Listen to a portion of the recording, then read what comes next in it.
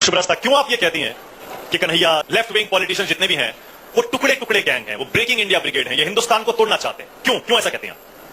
देखिए, मैं इन लोगों को टुकड़े टुकड़े गैंग का रिप्रेजेंटेटिव नहीं मानती, लेकिन ये जिस विचारधारा में विश्वास रखते हैं और जिस रिमोट कंट्रोल कहीं पे है, वो जो है वो टुकड़े टुकड़े गैंग का परिचायक है। शाबाश बेटा, बहुत बढ़िया। और कहां से है? ये कहां से है? बेगूसराय से है। वहां का आर्थिक सामाजिक स्थिति क्या है? जेएनयू के विद्यार्थी हैं, टैक्स पेयर पे पल रहे हैं, सिर्फ ये नहीं, बाकी एबीवीपी के मेंबर्स भी पल रहे हैं, सब पल रहे हैं वहां पर। लेकिन ये बताइए कि वनवासी कल्याण आश्रम जब जाकर के वहां पर दलित बस्ती में काम करती है, तो उन सारे स्वयंसेवकों के साथ क्यों अन्याय होता है बेगूसराय जिले में लाल सलाम वालों का? और ये लाल सलाम वाले क्यों नहीं जेएनयू से कहते हैं कि हम वहां की दलित महिलाओं को, हम वहां के दलित युवकों को, ये तो भूमिहार कास्ट से शायद बिलोंग करते कन्हैया जी, अपर कास्ट से है, लेकिन इनके घर में इनके दलित भाइयों के साथ जब अन्याय होता है तो उनको फाइनेंशियल इंक्लूजन के लिए आज जेएनयू के वो तमाम लाल क्रांति विद्यार्थी ब्यौरा दें कि इन्होंने जनधन योजना के तहत कितनी महिलाओं को जोड़ा।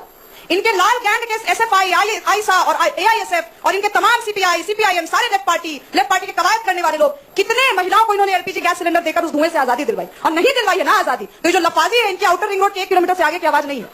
बात तो सही है। एक बार में तो बौछार कर दिया आपने, ये तो कारपेट बॉम्बिंग हो गई। कन्हैया कुमार, जवाब दीजिए, ये कौन सी आजादी मांग रहे हैं जो अपने घर में आजादी नहीं दिलवा पा रहे? मैं भी नौजवान हूँ, मैं भी बेहतर समाज का एक सपना देखता हूँ। दिक्कत कहाँ आती है? जब आप जाते हैं रोड पर और ट्रैफिक जाम होता है तो आपको नहीं लगता है कि ट्रैफिक जाम से हमको मुक्ति मिलनी चाहिए? आजाद होना, आजाद ख्याल रखना, ये अपने आप में कोई खराब बात नहीं है। दिक्कत कहाँ आती है? दिक्कत वहां आती है कि ये आजादी मुहैया कराने की जिम्मेवारी जिनके कंधे पे है, जिनको आपने 283 सीट दिया है, जिनके 56 इंच के सीने पे आप इंप्रेस हो गए थे, जिनको देख करके आपको लगा कि जितनी बातें कही गई हैं सब बात लागू किया जाएगा। चल झूठा। चलिए मान लेते हैं इनकी बात को तवज्जो देने के लिए कि राजनीतिक समस्या मोदी जी के कारण बेरोजगारी बढ़ी हुई है। 1 मिनट के लिए मानते हैं, अगर ये मानते हैं तो पिछले 60 साल से जो पार्टी शासन में थी, चाहे वो कांग्रेस हो या लेफ्ट के साथ या लेफ्ट रहित या कांग्रेस थी, वो भी तो राजनीतिक समस्या का हिस्सा हो सकती है बेरोजगारी का। उस पर क्यों नहीं सवाल उठाते कन्हैया कुमार? क्यों? क्योंकि क्या पीछे से इन लोगों का साठगांठ हो गया है? मैं बताती हूँ हो गया है। क्यों?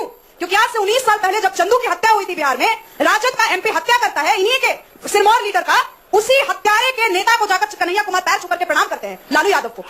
अब आए ना लाइन पे। वो हत्यारा सुनिए, बिहार के बेटी की आवाज है और उसमें बहुत प्यारी बैठे हुए हैं।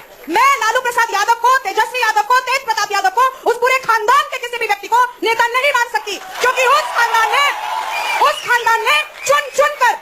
चुन कर कास्ट विशेष की महिलाओं का बलात्कार किया है केवल रिवेंज की राजनीति से।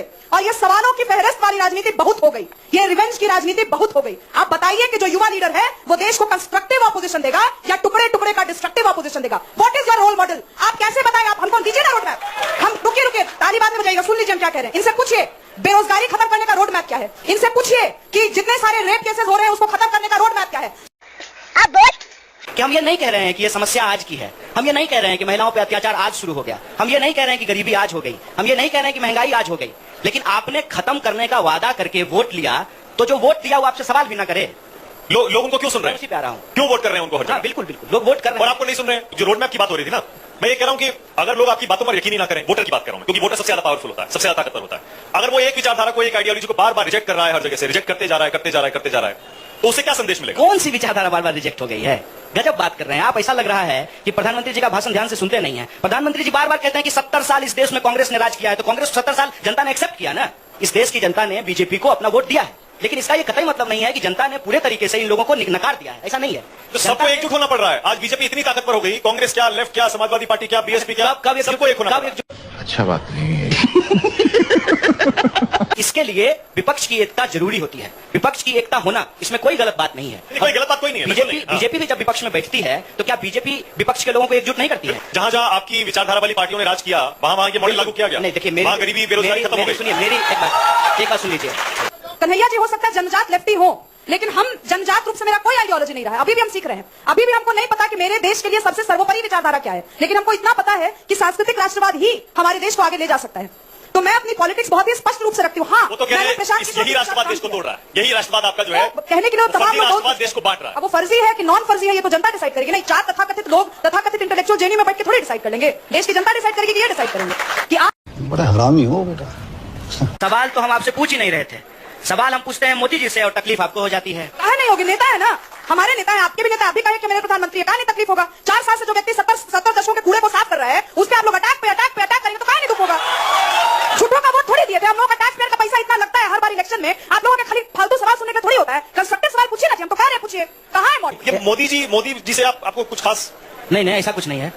बिहेवियरल साइंस में कहा जाता है ना कि बड़े लीडर को टारगेट कीजिएगा तो बड़ा जल्दी बनेगा, वही पॉलिटिक्स और कुछ नहीं। अजय सिंह सुन लीजिए पिछली बार जब भाषण दिए थे ना और बहन की गाली निकाले थे तभी सोचते ये चीज ये जो तो है ना, आ नहीं रहे थे। और अगर आप उस बात का अगर आप अपॉलॉजी नहीं दीजिएगा ना कन्हैया जी, दोबारा स्टेज नहीं शेयर करेंगे आपके साथ, घोषित रूप से कह रहे हैं। मुझे आपके फालतू के भाषणबाजी का कोई फर्क नहीं पड़ता, आप माफी मांगिए। एक भी सवाल महिलाओं के अपमान का माफी मांगिए, मैं नहीं सुनूंगी मानक जी आपकी बात। अपमान आज माफी तक नहीं है मांगेंगे, महिला का। मैं नहीं बात आगे बढ़ने दूंगी। महिला का आज तक अपमान हम किया ही नहीं, हमको आपसे सर्टिफिकेट नहीं चाहिए ना देशभक्त होने का, यही से ना आप महिला जुर्माना का सम्मान भरे थे, करने का। यही से जुर्माना भरे थे, जिसका पूरा का पूरा ब्यौरा आपके यूनिवर्सिटी में उपलब्ध। आप अपने आप को वाकई अभी एक नेता मानने लगे? नहीं ऐसा नहीं, अभी भी नहीं? नहीं बिल्कुल भी नहीं। मैं इस देश का एक आम नागरिक हूँ। चुनाव लड़ने की चर्चा हो रही है आपकी? चर्चा तो बहुत कुछ होती है, चर्चा देख रहे हैं क्या कर रही है। अभी भी अपने आप को नेता नहीं मानते आप? नहीं बिल्कुल भी नहीं।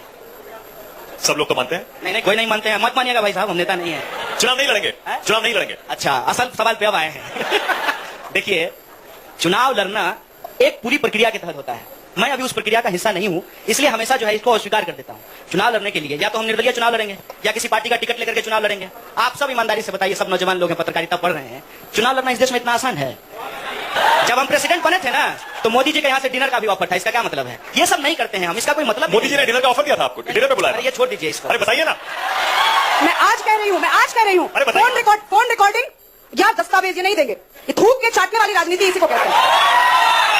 थोड़ा शब्द या थूको और भागो, स्पिट एंड स्कूट पत्रकारिता और स्पिट एंड स्कूट पॉलिटिक्स, यही दोनों का एक साथ। जय श्री राम दोस्तों। तो दोस्तों, आप लोगों ने पूरी डिबेट देख ली होगी।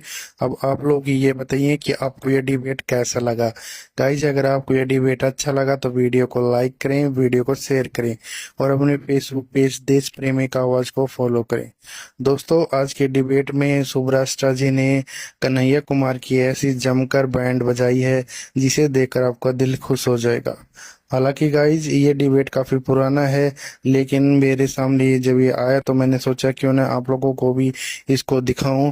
जब सुब्रास्टा जी ने इस कन्हैया, इस देशद्रोही को ऐसे जमकर पेला था कि इसकी बोलती बंद हो गई।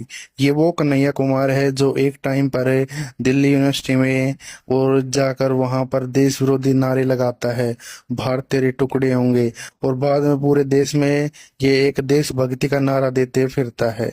यानी कि पहले ये देश के टुकड़े टुकड़े गैंग में शामिल होता है और फिर बाद में जब इसको इलेक्शन लड़ना और इलेक्शन जीतना होता है तो ये देशभक्ति की बातें करता है। हालांकि बाद में दिल्ली की जनता ने इसको अच्छा सबक सिखाया और इसे करारी इसको चुनाव में हार भी दिलाई। तो दोस्तों, ये थी आज की एक जबरदस्त डिबेट। अगर आपको ये वीडियो अच्छी लगी हो तो वीडियो को लाइक करें, वीडियो को शेयर करें और एक लाइक सुब्रास्टा जी के लिए तो जरूर बनता है। और अपने Facebook page Hindustan special news को फॉलो जरूर करें। जय हिंद, वंदे मातरम।